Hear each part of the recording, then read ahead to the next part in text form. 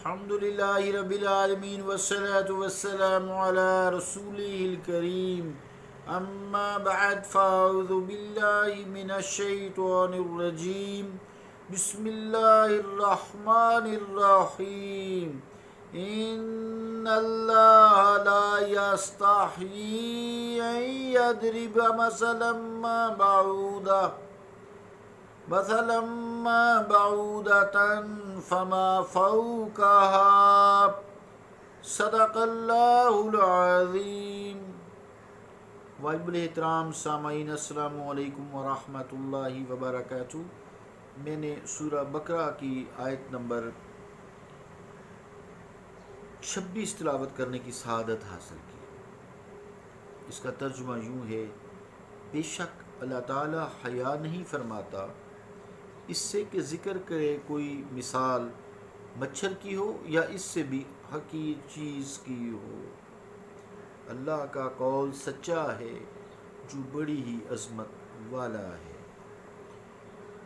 عزیزان گرامی قدر، کسی بھی بات کو سمجھانے کے لیے، خصوصی طور پر دین کی بات سمجھانے کے لیے، مثال دے کر دنیاوی چیزوں کی بات سمجھانا سنت الہیہ ہے، سنت اللہ تعالیٰ ہے۔ اللہ کی خالق کی یہ سنت ہے کہ مثال دے کے مخلوق کو بات سمجھائے۔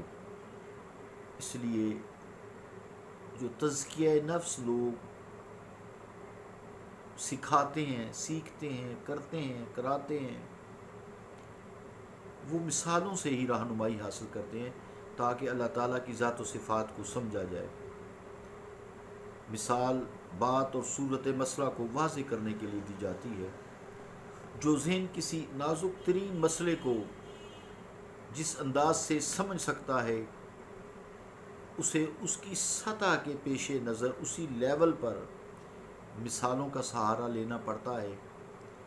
اگر یہ کوئی عیب اور گناہ ہوتا مثال دے کر سمجھانا، جیسے کہ بعض لوگ شرک کے فتوے لگاتے ہیں، جو لوگ مثالیں دے کے، جیسے پیچھے سے مثالیں ہم دیتے آئے ہیں، بلبلے کی حباب یعنی بھنور، گرداب کی، لہروں کی جسے ہم امواج کہتے ہیں، جھاگ، سمندر، پانی، دھوپ، چھاؤں، یہ سب سورج، چاند، ستارے مثالیں دے کے آتے ہیں۔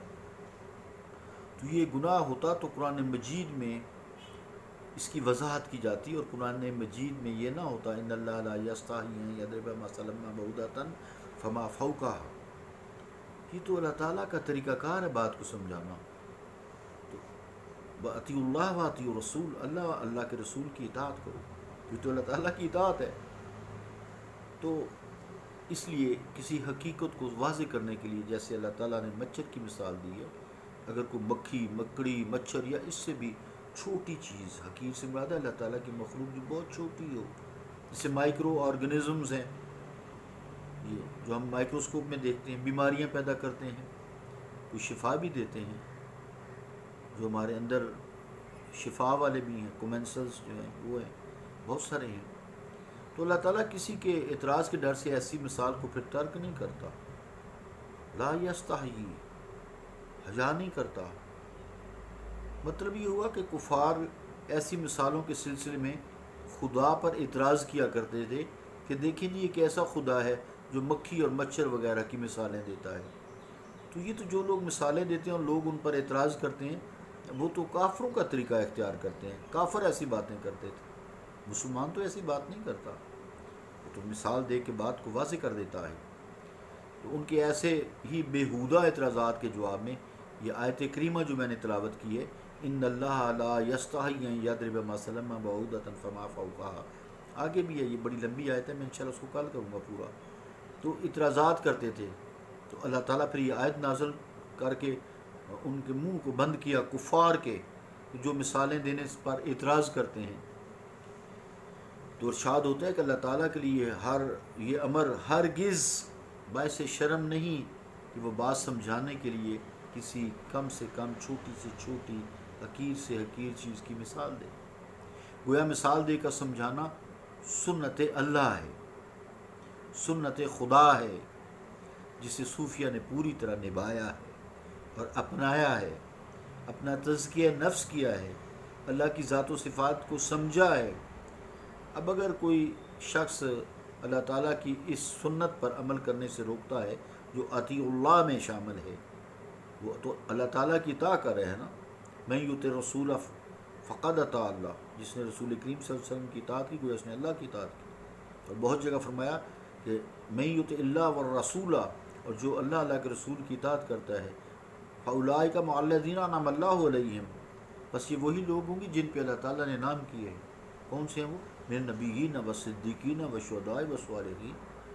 تو یہ تو اللہ کی مثالوں پہ عمل کرتے تھے، انبیاء میں سے، صدیقین میں سے، شہداء میں سے، صالحین میں سے، صالحین میں سے، وحسن اولئک رفیقا، اور یہ کتنے اچھے تمہارے ساتھی ہیں۔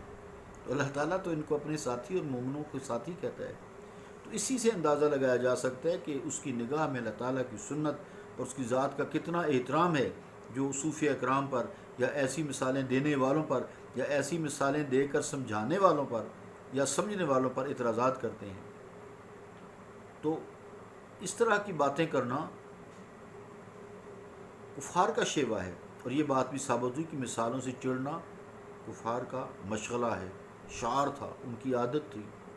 اگر آج کے مسلمان اللہ تعالیٰ کی سنت کو چھوڑ کر کفار مکہ کے انداز فکر کو اپناتے ہوئے بزرگان دین کے کلام میں پیش کی جانے والے مثالوں پر ناک منہ چڑھانے لگ جائیں تو یہ کیا مقام افسوس نہیں؟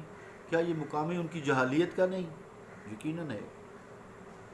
تو انشاءاللہ اس آیت کو کل بھی دوبارہ کریں گے، اس کی مزید آگے جو وضاحت ہے وہ کریں گے۔ اللہ تعالیٰ فضل کرے، ہماری سمجھ میں اضافہ کرے، اور ہمیں دین کو سمجھنے اور تزکیہ نفس کرنے کی توفیق عطا فرماتے ہوئے اللہ تعالیٰ ہمیں اپنا قرب نصیب فرمائے، معرفت الہی نصیب فرمائے، اپنی پہچان نصیب فرمائے۔ کنت کنزا مخفیہ فاحببت ان اعرف، میں چھپا ہوا خزانہ تھا، پس میں نے چاہا کہ میری پہچانو، فخلقت الخلق، تو میں نے مخلوق کو پھر تخلیق کر دیا۔